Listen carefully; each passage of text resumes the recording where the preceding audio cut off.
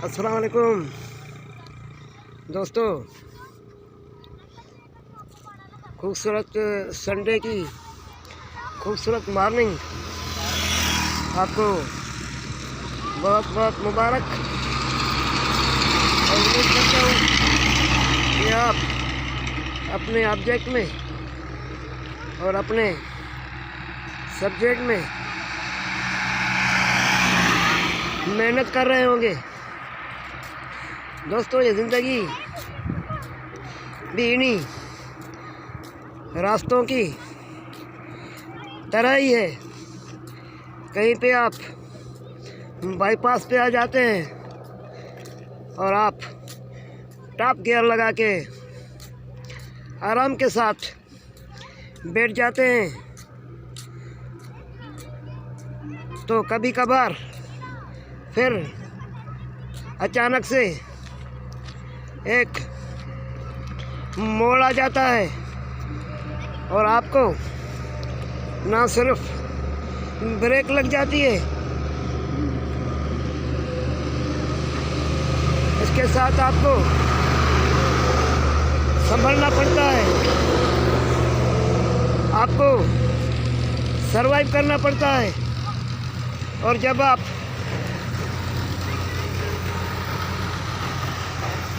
Heavy road पे होते हैं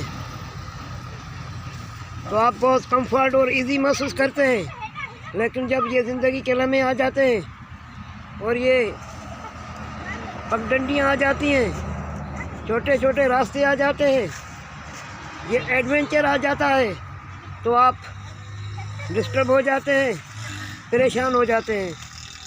तो ये ज़िंदगी का हिस्सा है।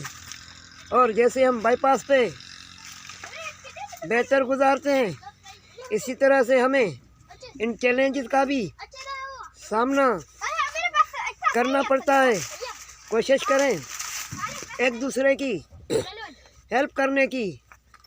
और ये जो मुश्किलातें होती हैं, दरअसल ये आपका इम्तिहान होती हैं, आपकी स्ट्रेंथ बढ़ाती हैं, आपको लेसन देती हैं, आपको सरवाइव करने का वे बताती हैं। तो दोस्तों, हमें कोशिश करनी चाहिए कि शॉर्टकट से बचना चाहिए, क्योंकि शॉर्टकट से सिर्फ आप अपना नुकसान ही कर रहे होते हैं। और कोशिश करें चीज़ों को ऐसा बेहतर बनाएं जिससे न सिर्फ आपको, आपके साथ आपकी फैमिली को, आपके रिलेटिव्स को और हर चीज़ तो कोई दूसरा आपको बहरहाल सिखा नहीं सकता, समझा नहीं सकता, बता नहीं सकता। काफ़ी चीज़ें तो नेचुरली आपके रूटीन में शामिल होती हैं।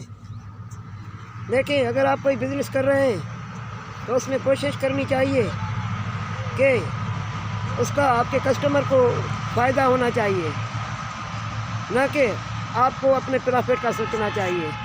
अगर आप कोई टेक्नीशियन है, कोई व्हीकल आपको पास आ जाती है, तो आप कोशिश करें कि उस कस्टमर का आप फ़ायदा सोचें, ना कि अपना। तो इसी तरह से अगर आप एजुकेशन से मुंसलिक हैं, कोई टीचर हैं या कोई ऑफिसर हैं, तो भी आपको कोशिश करनी चाहिए कि वहाँ पे मुस्तकिल मिजाजी से काम करें। वहाँ पे कोशिश करें कि आपके अंडर में जो स्टाफ है या आपके जो स्टूडेंट्स हैं वो आपसे फ़ायदा उठा सकें। तो इसी तरह से अगर आप किसी और जगह पे काम कर रहे हैं तो आपको अपने ज़ाती मुफाद से कौमी मुफाद को और इज्तिमाई मुफाद को तरजीह देनी चाहिए, ताकि ये जो ज़िंदगी का सिलसिला है वो आसानी से गुज़र जाए। तो दोस्तों, ये ज़िंदगी सीखने के लिए मिली है, और हम जानते हैं कि ये ज़िंदगी सांस, पहली सांस से लेकर आखिरी सांस तक सिर्फ सीखने के लिए ही है, इस दुनिया को देखने के लिए ही है, इस दुनिया को ऑब्ज़र्व देने के लिए ही है।